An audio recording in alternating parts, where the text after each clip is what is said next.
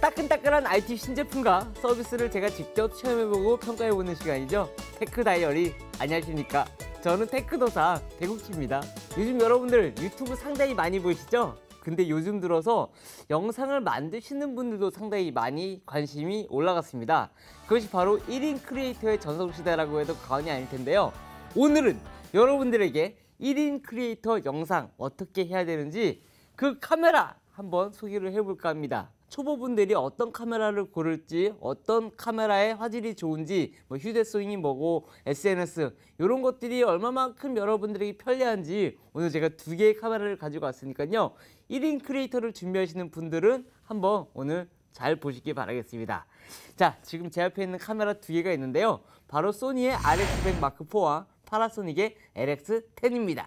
자, 일단 소니에 대해서, 제품에 대해서 한번 그냥 하드웨어적인 부분을 알려드리겠습니다. 일단 상당히 작고 가볍습니다. 그리고요 1인치 적중형 이미지 센서를 채용을 했습니다. 그리고 이 렌즈 밝기가요 무려 1.8, 그리고 렌즈의 초점거리는요 23mm에서 70mm까지 지원을 합니다.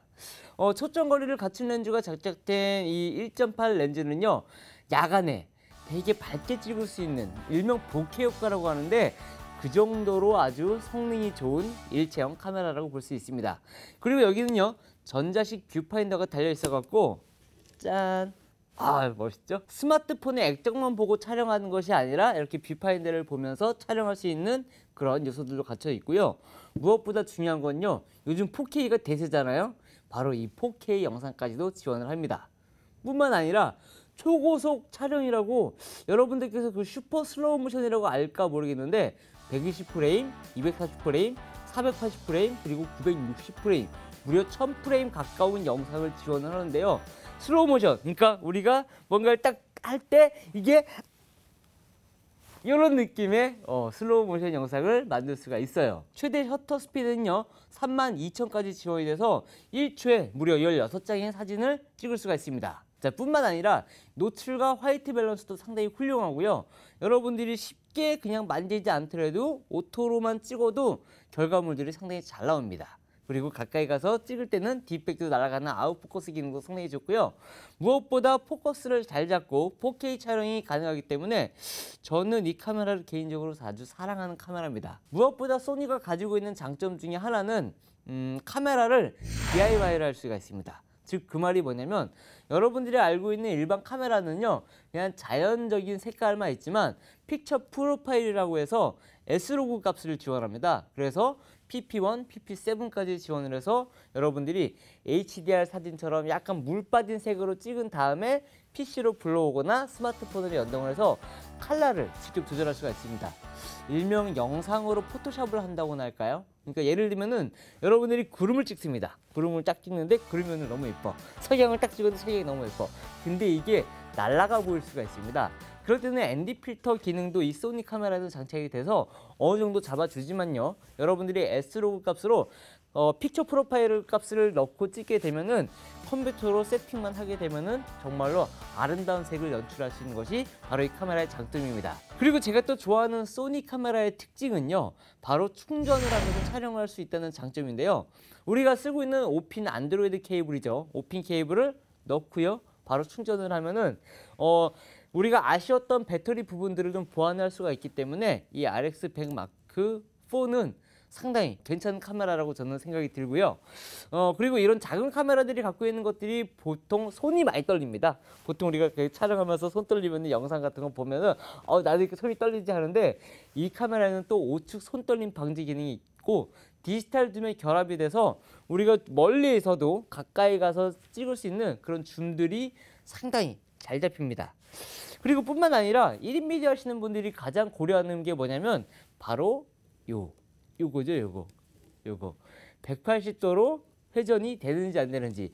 본인의 얼굴을 찍지 못하면 보통 카메라를 잘 안 고르시더라고요. 그런데 사이즈도 작은데 이렇게 180도 회전 LCD가 탑재되기 때문에 여러분들이 브이로그를 하시면서 저 오늘 어디 가요? 저 오늘 테크 다이어리 찍으러 가요.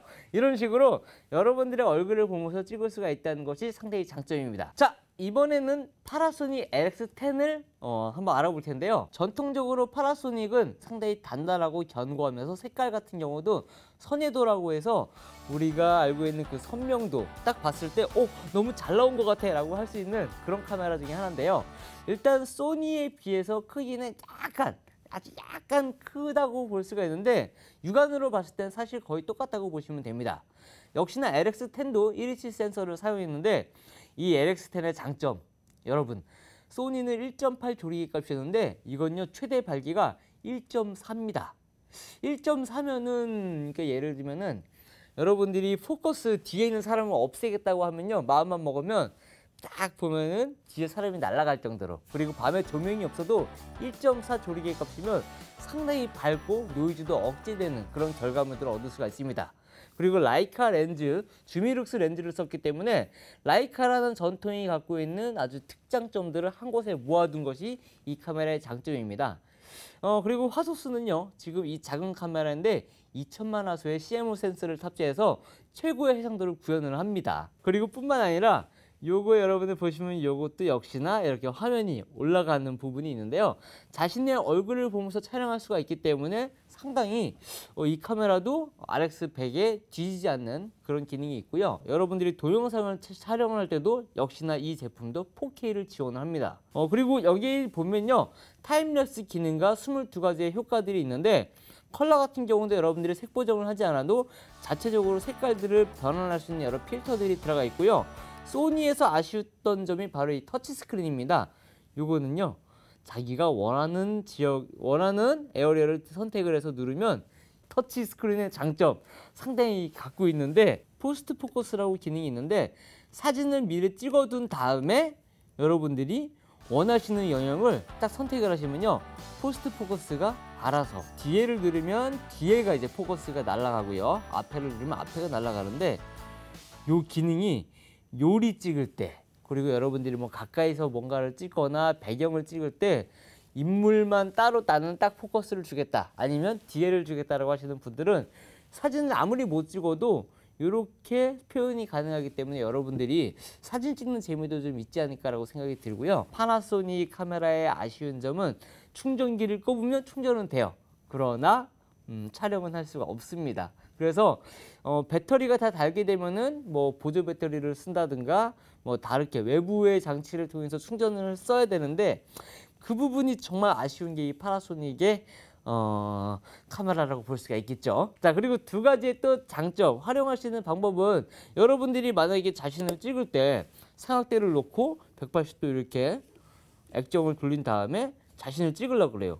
그런데 또 컨트롤이 또 이게 쉽지가 않거든요. 그럴 때는 어플리케이션, iOS하고 안드로이드에서 여러분들이 소니 메모리나 루믹스를 설치를 하게 되면요, 여러분들의 스마트폰 액정으로 이렇게 보면서 포커스, 녹화 여러 가지 기능들이 지원되니까 이거 보면서 자기 찍으면서 내가 지금 잘 나오고 있나, 예쁘게 나오고 있나, 각도는 정확한가, 이렇게 보면서 촬영이 가능하기 때문에 이 두 개의 카메라는 정말로 주머니에 딱 넣고 다니면서 빼가지고 바로바로 찍을 수 있는 그런 장점들이 있는 아주 어마무시한 카메라입니다. 둘 다 손떨림 방지는 어느 정도 지원이 되고요.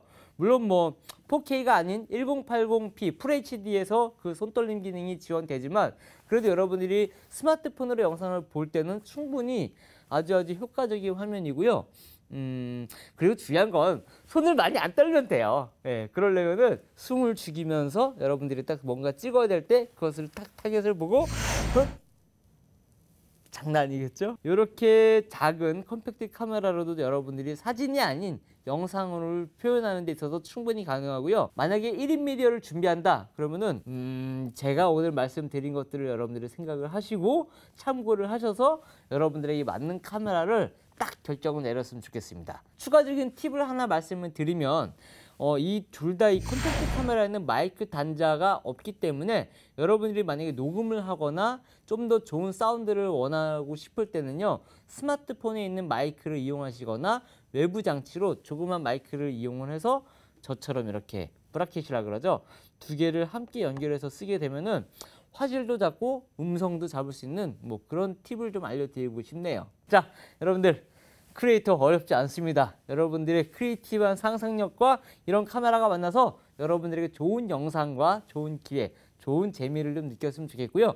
저는 다음 주에는요, 이거보다 좀 더 큰 사이즈죠. 바로 미러리스 카메라 2개를 들고 여러분들을 찾아오도록 하겠습니다. 자, 지금까지 저는 테크도사 배국기였고요. 여러분들 다음 시간에 뵙겠습니다. 안녕히 계세요.